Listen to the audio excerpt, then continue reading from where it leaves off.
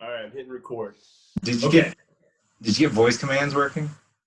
Yeah, they should be working on. Yeah, they should be working. You should be able to say next. Uh, next. Oh, it works. Next. Next. Previous. Previous. Yeah. I don't have voice commands on everything, but definitely have it on those two. Yeah, that's the primary function. Okay. Does your minimize work? Well, I don't. Yeah, it works. Minimize and open it, but I think you have to finger tap those. I don't think I had voice command on that. There you go.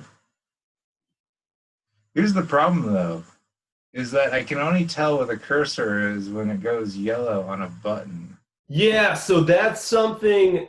So I didn't know. That's a good question. I didn't know if that would be built in when we started using the HoloLens, but there is that tutorial to add a cursor to your program. So I guess we're going to have to do that. Oh, no, hit open. Open. Oh, So highlight the yellow open or over to the left. There you go.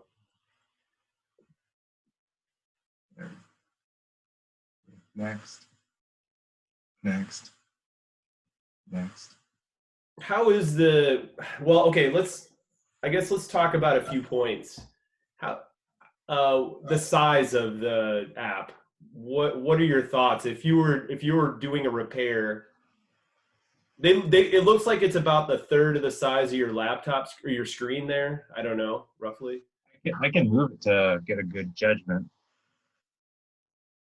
This is a good judgment for me too. It tells me How big is that screen that you're on there? that I believe is a 24-inch. Okay, so it's pretty big, I guess, huh? Like I got to shrink this app down a bit. Based on my vision, I have that blue outline on my monitor, like on my HoloLens. Yeah. That is almost the perfect size of where my monitor is right now. Well, I got to take some notes. So one thing is you're talking about the cursor. I'm Yeah. guessing that you want the buttons larger based on what you're experiencing right now.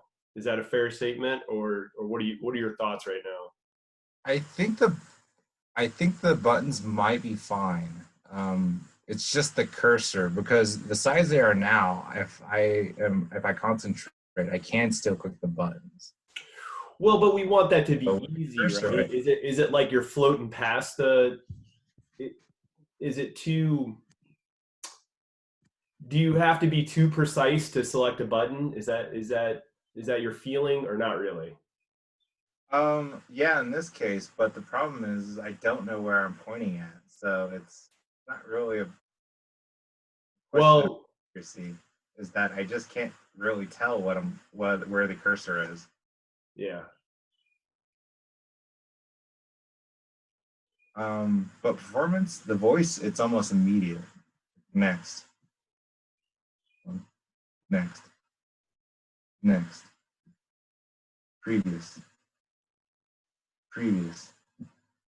It almost seems like whenever you say something, it kind of loads it into RAM, and this next sequential command is faster with voice. Okay. What about the font? Like is are the how or give me your thoughts on the instructions. Okay. Previous, previous, previous, previous, previous, previous.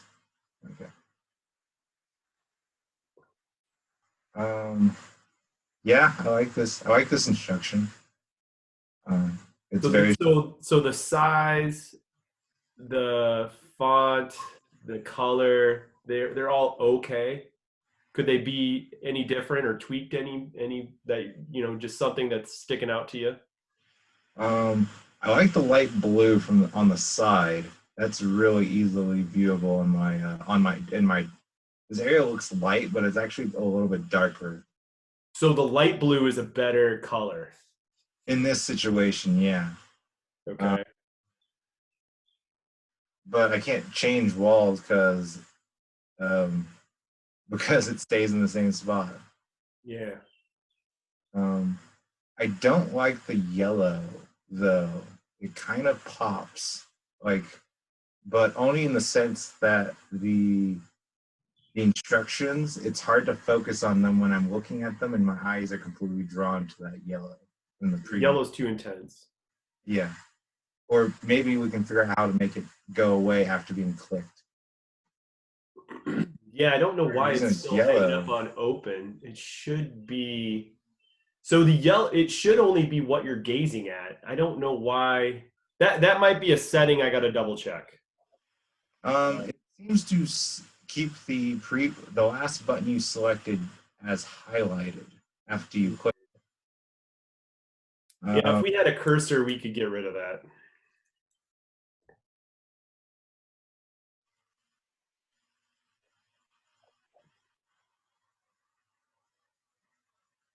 So yeah, looking at the instructions now, it's a little easier to read.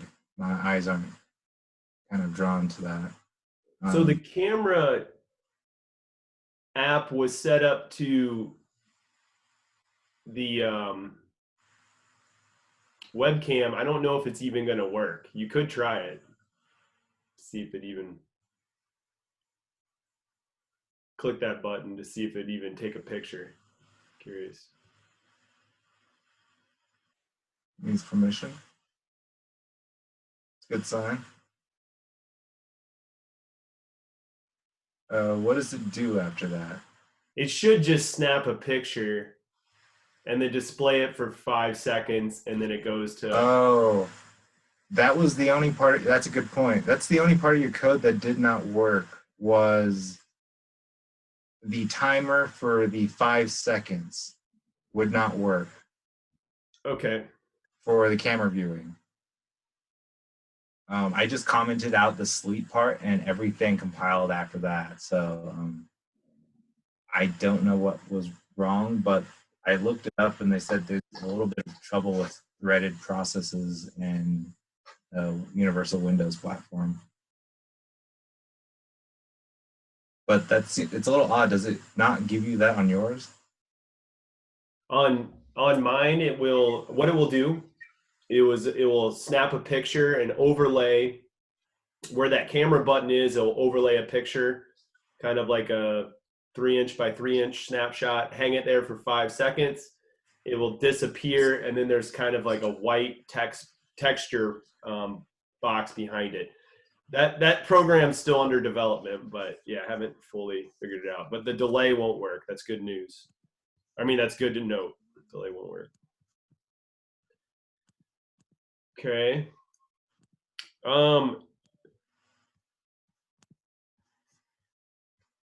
So it's staying. So the app is staying pinned somewhere. It's not tracking with you now.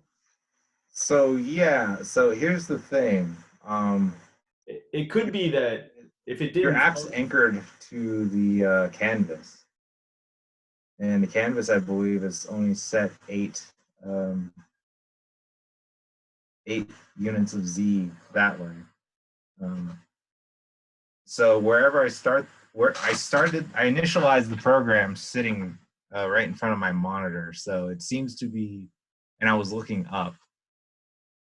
So it seems to, wherever it initializes at the right angle of where that person is sitting, so that the rotation is at 0. And it doesn't stay. But interesting enough, my program for my navigation will actually track going rotation-wise with your head. Yours stays put, which I actually like better. It's a lot more readable. Mine attaches to the head and transfers a lot of the tiny jitteries of my neck. You're saying it's anchored to the canvas, and it's something like when you first open up the program, there's like a certain space that it anchors to. Yeah, it like initializes and anchors to a point. It seems to be just a direction in kind of distance from where I started it. I don't know if, and I also don't have really a box actually. Oh, there it is. Hold on, you'll see it in a second. That's the program box. Okay. It. That box stays there when you launch it, huh? Oh. No, had no effect.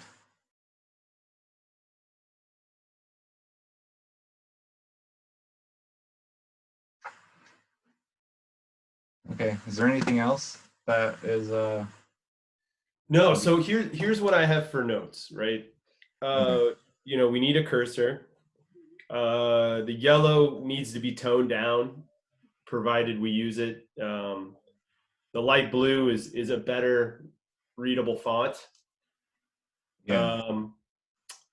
The delay code that I had won't work for it wouldn't load. The 5-second delay code. So I don't quite understand the anchoring, but that's something the voice commands work fine. And the button size seems fine. Like you don't think that could be optimized more? Anything like, you know, because the button stuff is easy. Like, is there something we could do to optimize that better, or is that's just seems like it's just fine? As is, it seems just fine. I mean, considering this is anchored to a point and doesn't attach to the headset, bigger buttons seem to work. Because from my perspective, on most of my programs, there wasn't a lot of UI aspects that were not anchored to the headset, except for the QR code. That's camera stuff. Okay. My lights and shadows and my navigation, they were attached to the headset. So Okay. it's a little different kind of thought process that goes into the buttons. Because mine were smaller and square, but they're hard to read. Okay. All right, I'm gonna stop the recording then. I think that was a good